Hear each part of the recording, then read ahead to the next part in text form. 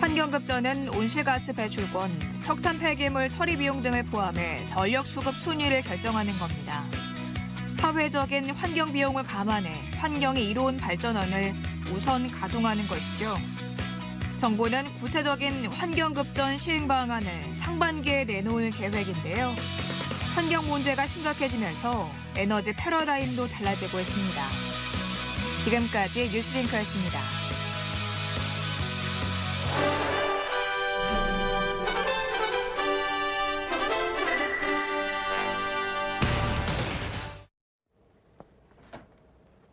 인간의 도덕 감각 중에서 측은지심이라는 것이 있습니다. 불쌍하고 안타까운 이를 보고서 함께 공감하며 동정심을 갖는다는 뜻인데요. 공자는 이를 인간의 본성으로 간주했습니다. 맹자가 중국 전국시대에 제선왕과 나눈 유명한 측은지심 이야기가 있습니다.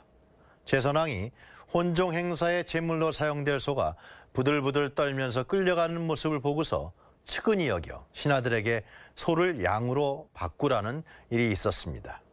이 이야기를 들은 맹자는 제선왕은 능히 천하의 왕이 될 수 있다고 여겼습니다. 즉 눈앞에서 불쌍히 끌려가는 동물을 보고서 측은지심을 발동한 제선왕은 당연히 백성의 고통과 어려움을 보면은 함께할 수 있을 것이라고 맹자는 판단한 것이죠. 군자는 금수를 대함에 있어서 그 살아있는 것을 보고 나서는 그 죽는 모습을 차마 보지 못하고 그 비명 소리를 듣고 나서는 차마 그 고기를 먹지 못한다고 합니다. 최근 한 동물권 단체의 안락사 사건이 논란이 되고 있습니다. 시설과 보호 여건이 미비하면 동물을 안락사시켜도 되는 것인지, 이 단체의 대표는 소수의 안락사는 불가피하다고 주장하고 나섰습니다. 안락사에 대한 논의 필요성을 제기하고 있는 것인데요. 현재 우리나라에서 이루어지는 안락사는 대부분 예산 부족 때문에 이루어지고 있다고 합니다. 각 지자체도 무한대로 동물을 보호할 예산이 없기 때문에 가능하게 한 것이라고 설명하고 있습니다. 하지만 그 불가피성에 대한 사회적 용인과 기준은 매우 다릅니다. 유럽과 미국 등에서는 심한 공격성으로 인간에게 치명적인 해를 끼치거나 전염병 등 장애에서 회복이 불가능할 경우에 등에 한해서만 안락사를 허용하도록 그 불가피성이 매우 엄격합니다. 동물보호단체에서도 안락사는 지속적인 치료에도 불구하고 회복이 불가능하고 또 극심한 고통이 지속적으로 반복될 때만 안락사가 허용돼야 한다고 주장하고 있습니다. 즉 안락사는 최후의 수단이라는 것이죠. 그러나 우리나라 동물보호법에는 안락사에 대한 규정은 뚜렷하게 없습니다. 지자체에서 운영하는 유기동물 보호시설에 몇 가지 조항이 있을 뿐 민간인이 운영하는 보호시설에는 아예 해당이 되지 않습니다. 안락사가 묵인되고 또 용이나 되어 있다 해도 과언이 아닌 것 같습니다. 지난 2017년 안락사 시킨 유기동물은 전체 10만 마리 중에서 약 20%인 2만여 마리에 달합니다. 유기동물을 함부로 안락사 시키지 못하도록 한 동물보호법 개정안이 12년 전에 발의되어 있지만 국회에서는 별 논의 없이 폐기됐습니다. 이번 안락사 사건으로 이 동물보호법 및 안락사에 대한 법률 재개정이 불가피할 것으로 보입니다.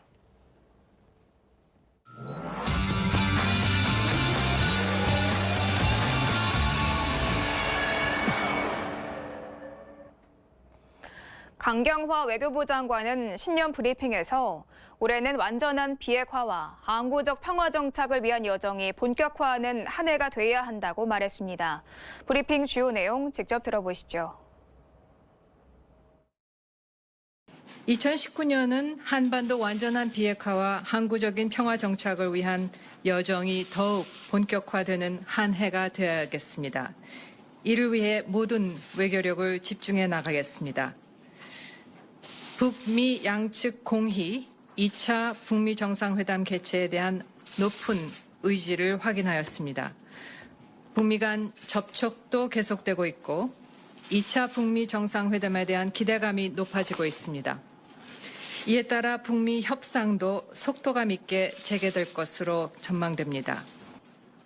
이제 북미 협상이 이루어져서 한미가 조율해온 비핵화 전략을 바탕으로 본격적인 비핵화 논의가 진행될 것으로 기대합니다. 이를 통해서 2차 북미 정상회담과 김정은 위원장의 서울 답방이 이루어진다면 비핵화 및 남북 관계 그리고 항구적인 평화 정착에 있어서 큰 진전이 이루어질 것으로 기대합니다. 이러한 우리 노력을 더욱 강화하기 위해서 한미 간 공조와 남북 간 협력은 물론 중국, 일본, 러시아 등 주변국과의 소통을 계속 강화해 나갈 것입니다. 국제사회가 우리 정부의 평화를 위한 노력을 전폭적으로 지지하고 성원하도록 계속 노력하겠습니다. 한반도 평화 프로세스를 이끌어 나감과 동시에 한반도를 넘어 더 큰 평화와 번영의 공동체를 지향하면서 주변국 외교를 수행해 나가고자 합니다. 미국과는 강력한 한미 동맹을 근간으로 주요 현안에 대한 긴밀한 소통과 물샘 틈 없는 공조를 지속할 것입니다. 올해 이루어질 것으로 기대하고 있는 시진핑 주석과 푸틴 대통령의 방한을 통해서도 중국과 러시아와의 관계도 강화해 나가고자 합니다. 한일 간 현안도 지혜로운 해결 방안을 모색해 나가겠습니다. 외교장관 회담 등 다양한 외교적 소통 기회를 통해서 양국 관계를 미래지향적으로 진전시켜 나가고자 합니다. 주변 4국과의 협력과 병행하여 작년에 이어 올해에도 신남방, 신북방 정책을 보다 내실 있게 추진할 계획입니다. 아세안, 인도 등과의 공동 번영을 실현하기 위한 노력을 지속하는 한편 북방으로 극동 시베리아, 중앙아시아 지역과의 협력을 강화하여서 미래 신성장 동력을 창출하는 데 기여하고자 합니다. 특히 올해 말 한국에서 개최 예정인 2019년 한-아세안 특별 정상회의를 통해서 신남방 정책의 실질적인 이행 성과를 국민 여러분들께 보여드릴 수 있을 것으로 기대합니다. 문화체육관광부가 체육계 성폭력 근절 대책에 후속 조치 계획을 내놨습니다. 주요 내용 직접 들어보시죠. 진천 선수촌, 태릉 선수촌과 같은 국가대표 선수촌에서 성폭력이 이루어졌다는 피해자의 진술과 더불어 국민과 언론의 공분이 매우 크다는 점을 감안하여 문체부는 국가대표 선수촌 운영 등 국가대표 선수 관리 운영 실태에 대하여 감사원에 공익감사를 청구하였습니다. 체육 분야 성폭력 조사에 국가인권위원회의 참여를 적극 검토하고 있습니다. 문체부는 당초 민간 전문가가 주도하는 성폭력 조사 특별위원회를 구성하는 방안을 검토하였으나 검토 과정에서 국가인권회의 참여가 필요하다는 다수 의견이 제기되어 국가인권회가 직접 조사하는 방안도 함께 검토하고 있습니다. 이번 문제의 심각성을 고려하여 조사의 객관성, 전문성과 대책의 실효성 등을 종합적으로 검토하여 조속히 결정하도록 할 계획입니다. 조사 활동과는 별개로 여가부와 협력하여 현행 성폭력 신고 시스템의 접근성, 인력 전문성 등에 대한 전반적인 문제점을 조사 검토하여 조속히 개선 방안을 제시하도록 하겠습니다. 체육계 비리 업무를 전담하는 독립기관으로 스포츠윤리센터 설립을 지원하고 추진하겠습니다. 민간 전문가를 포함한 특별 전담팀을 구성하여 성폭력 관련 징계 체계를 전면적으로 재검토하여 징계 기준과 수위를 강화하는 방안을 마련하여 늦어도 3월까지는 현장에서 적용될 수 있도록 하겠습니다.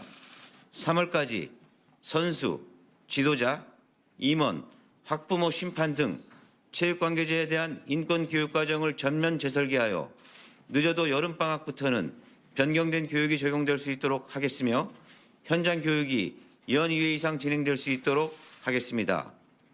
어제 대한체육회장이 발표한 바와 같이 국가대표 선수촌 운영과 관련 부총장 1명을 추가하여 여성으로 임명하고 선수들의 숙소와 일상생활의 고충을 확인할 수 있도록 여성훈련관을 배치할 계획입니다. 아울러 선수촌 내에 인권상담센터를 늦어도 2월 중에 설치하고 인권관리관과 전담 인권상담사를 배치하여 선수생활 과정의 어려움을 현장에서 확인할 수 있도록 하겠습니다.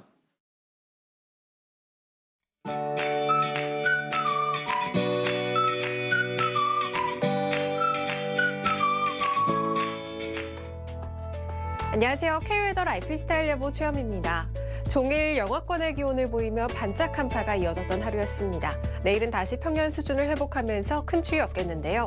서울 아침 기온 영하 3도에서 한낮엔 2도로 온화하겠습니다. 다만 갑작스러운 기온 변화에 감기 걸리지 않도록 조심하셔야겠습니다. 찬바람이 미세먼지를 밀어내며 오늘 공기는 청정했지만 내일은 다시 농도가 짙어지겠습니다. 전국이 한때 나쁨에서 나쁨 수준으로 마스크를 꼭 착용하셔야겠습니다. 현재 위성 영상 보시면 전국이 대체로 맑은 가운데 전라서 해안과 제주도에는 구름이 많은 모습입니다. 내일은 중국 상해 부근에 위치한 고기압의 영향을 받겠습니다. 다음은 자세한 지역별 날씨입니다. 중부지방 새벽 한때 산발적으로 눈이 날리는 곳이 있겠습니다. 낮 최고 기온은 서울 2도가 예상됩니다. 동해안 지방 건조특보가 발효되면서 바람도 강하게 불어 화재 예방에 각별히 주의하셔야겠습니다. 남부지방 아침에는 영하권을 보이다가 낮 최고 기온 5도로 웃돌면서 평년과 비슷하겠습니다. 광주, 대구 6도가 되겠습니다. 동해상에는 풍랑특보가 발효되면서 물결은 최고 4m로 매우 높게 일겠습니다. 항해나 조업하는 선박은 각별히 주의하셔야겠습니다. 주말 동안 제주도와 남해안에는 눈이나 비가 내리겠고요. 당분간 큰 기온 변화 없이 온화한 날씨가 이어질 전망입니다. 날씨였습니다. 오늘 저희가 준비한 소식은 여기까지입니다. 네, 오늘도 유튜브 KTV 국민방송 채널에 많은 분들이 다양한 의견을 주셨는데요. 그중에 몇 가지를 소개해드리도록 하겠습니다.